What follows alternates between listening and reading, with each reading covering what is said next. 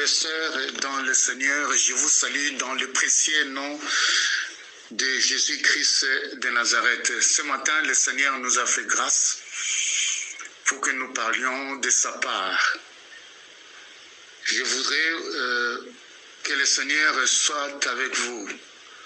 Mon souhait et ma prière, que le Seigneur vous accorde sa grâce et sa paix, et que vous soyez remplis de la connaissance de sa volonté en toute sagesse et intelligence spirituelle, pour que vous marchiez d'une manière digne du Seigneur et lui être entièrement agréable, et que vous portez des fruits de toutes sortes de bonnes œuvres, et que vous croissiez par la connaissance de notre Seigneur Jésus. Que vous soyez fortifiés, frères et sœurs, à tous égards, par sa puissance glorieuse, en sorte que vous soyez toujours et avec joie, persévérants et patients. Ce matin, le Seigneur nous a fait grâce pour que nous parlions d'un thème que je puis intituler « Un cœur nouveau ». Nous avons pris une portion des Écritures, c'est dans Ézéchiel chapitre 36, au 26e et au 27e verset. Je lis, « Je vous donnerai un cœur nouveau. Je mettrai en vous un esprit nouveau. J'ôterai de votre corps le cœur de pierre et je vous donnerai un cœur de chair. Je mettrai mon esprit en vous et je ferai en sorte que vous suiviez mes ordonnances et que vous observiez et pratiquiez mes lois. » Amen. Frères et sœurs dans le Seigneur, notre Maître Jésus-Christ est mort sur la croix du Calvaire pour nous sauver de nos péchés. Il n'est pas mort pour ses péchés, c'est le châtiment de nos péchés qui l'a porté à la croix. Il a vaincu l'ennemi sur la croix pour nous faire bénéficier de cette victoire. Si aujourd'hui tu n'as pas encore accepté Christ qui a donné sa vie à la croix, aujourd'hui tu peux te décider pour sa faveur. Tu peux décider à sa faveur pour que le Seigneur entre dans ta vie, qu'il puisse souper avec toi, qu'il puisse régner dans votre vie. Christ, notre Seigneur, est ressuscité des morts pour nous donner une vie entièrement nouvelle. Alléluia. Ce n'est pas, frères et sœurs, une amélioration de l'ancienne vie, car il a promis ceci. Je vous donnerai un cœur nouveau. Amen. Souvenez-vous, frères et sœurs, que ce n'est pas aux anges qu'il est venu en aide, mais à des hommes et à des femmes faibles comme toi, comme moi. Si tu étais un ange, Christ n'a jamais péché. Christ n'aurait pas besoin de nous aider et sa mort ne serait pas nécessaire. Mais c'est à cause d'un pécheur comme toi, c'est à cause d'un pécheur comme moi, et qu'il a offert sa vie et a fait couler son sang à la croix de Golgotha.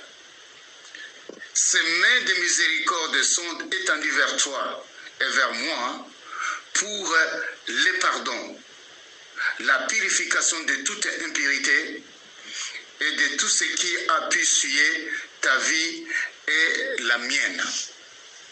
Ce matin, je vous exhorte, comme Jésus est déjà le Seigneur dans ta vie, je vous exhorte, loue-le, glorifie son Saint-Nom et ajoute une permanence à ton nom, non avec N-O-N à Satan et ton oui à Jésus-Christ qui nous aime tant et qui t'a aimé, car la parole de Dieu déclare, Christ prouve son amour.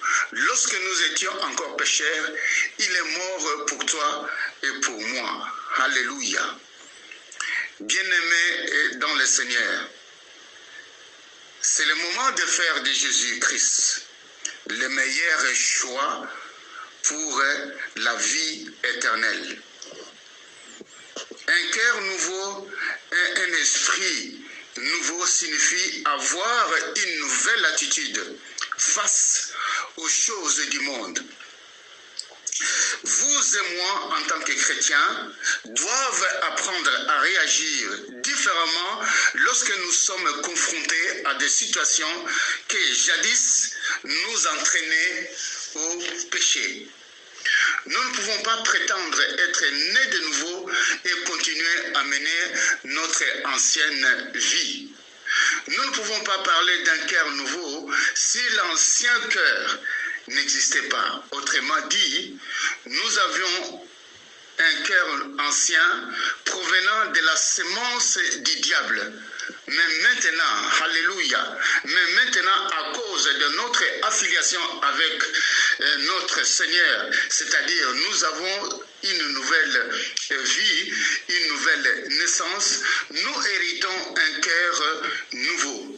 Dans ce cœur nouveau bien-aimé, nous avons l'amour, nous avons le pardon, nous avons la paix, nous avons la patience, nous avons la bonté, nous avons la douceur et bref, nous avons tous les actes rédempteurs grâce à notre affiliation dans le royaume du Christ. Frères et sœurs dans le Seigneur, il est avantageux pour nous de recevoir ce cœur nouveau et cet esprit nouveau qui nous apporte un rajeunissement spirituel. Frères et sœurs dans le Seigneur,